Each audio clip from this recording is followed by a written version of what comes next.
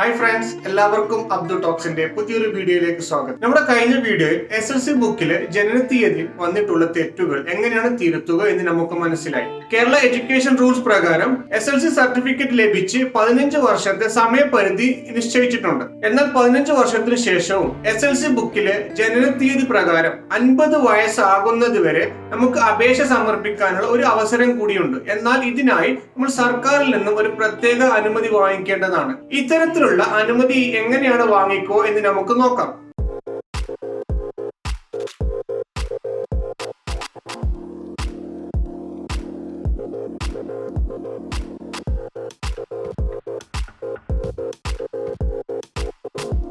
SSLC certificate ലഭിച്ച് 15 വർഷത്തിന് ശേഷവും SSLC സർട്ടിഫിക്കറ്റിലെ ജനന തീയതിയിൽ സംഭവിച്ചിട്ടുള്ള തെറ്റുകൾ തിരുത്തുന്നതിനുള്ള അനുമതി സർക്കാരിൽ നിന്നും എങ്ങനെയാണ് നേടുക എന്ന് നമുക്ക് നോക്കാം. ഈ വിഷയവുമായി ബന്ധപ്പെട്ട സർക്കാർ ഉത്തരവുകൾ അതല്ല എങ്കിൽ സർക്കാരിന്റെ നിയമങ്ങളാണ് നിങ്ങളിവിടെ കാണുന്നത്.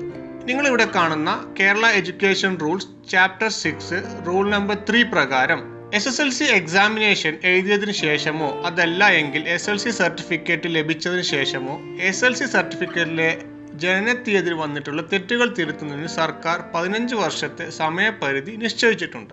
എന്നാൽ 15 വർഷത്തിന് ശേഷവും SSLC സർട്ടിഫിക്കറ്റിൽ നിലവിലുള്ള ജനനത്തീയതി പ്രകാരം 50 വയസ്സ് ആകുന്നത് വരെ നിങ്ങൾക്ക് അപേക്ഷ സമർപ്പിക്കാവുന്നതാണ്. എന്നാൽ 15 വർഷത്തിന് ശേഷം അപേക്ഷ സമർപ്പിക്കുന്നതിന് മുൻപായി നമ്മൾ സർക്കാരിൽ നിന്നും ഒരു അനുമതി വാങ്ങിക്കേണ്ടതാണ്. ഇത്തരത്തിൽ അനുമതി വാങ്ങിക്കുന്നതിന് എന്തൊക്കെ രേഖകളാണ് സമർപ്പിക്കേണ്ടത് എന്ന് നമുക്ക് നോക്കാം. നിങ്ങൾ ഈ സ്ക്രീനിന്റെ റൈറ്റ് സൈഡിൽ കാണുന്നത് പോലെയുള്ള ഒരു അപേക്ഷയാണ് നമ്മൾ തയ്യാറാക്കേണ്ടത്.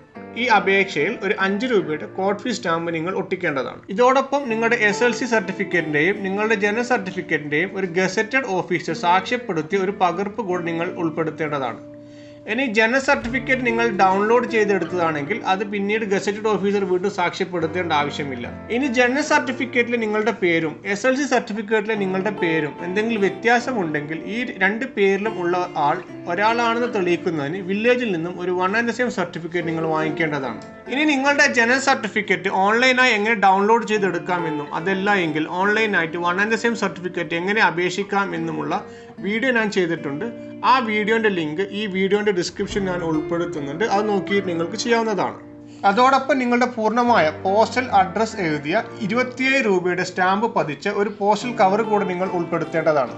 ഇനി അപേക്ഷ എവിടെയാണ് സമർപ്പിക്കേണ്ടത്, എങ്ങനെയാണ് സമർപ്പിക്കേണ്ടത് എന്ന് നമുക്ക് നോക്കാം. നമ്മൾ നേരത്തെ കാണിച്ച അപേക്ഷയും നിങ്ങളുടെ SSLC സർട്ടിഫിക്കറ്റിന്റെയും ജനന സർട്ടിഫിക്കറ്റിന്റെയും ഒരു പകർപ്പ് നിങ്ങൾ നേരിട്ട് പൊതുവിദ്യാഭ്യാസ സെക്രട്ടറിക്ക് അയച്ചു കൊടുക്കുക. നിങ്ങൾ അയക്കുന്ന കവറിന് പുറത്ത് SSLC സർട്ടിഫിക്കറ്റിലെ ജനന തീയതി തിരുത്തുന്നതിന് കാലതാമസം മാപ്പാക്കുന്നതിനുള്ള അപേക്ഷ എന്നും നിങ്ങളുടെ വിദ്യാഭ്യാസ ജില്ല ഏതാണ് എന്ന് നിങ്ങൾ രേഖപ്പെടുത്തണം. ഇങ്ങനെ നിങ്ങൾ അപേക്ഷ പൊതുവിദ്യാഭ്യാസ സെക്രട്ടറിക്ക് സമർപ്പിക്കുന്നതോടെ ഏകദേശം ഒരു 45 ദിവസത്തിനകത്ത് നിങ്ങൾക്ക് അനുമതി ലഭിക്കുന്നതാണ്. ഇതോടുകൂടെ SSLC സർട്ടിഫിക്കറ്റിലെ ജനന തീയതിയിൽ സംഭവിച്ചിട്ടുള്ള തെറ്റുകൾ 15 വർഷത്തിന് ശേഷവും 50 വർഷത്തിനുള്ളിൽ എങ്ങനെയാണ് തിരുത്തുക, അതിനുള്ള അനുമതി എങ്ങനെയാണ് തേടുക എന്ന് നിങ്ങൾക്ക് മനസ്സിലായി കാണും എന്ന് ഞാൻ വിചാരിക്കുന്നു.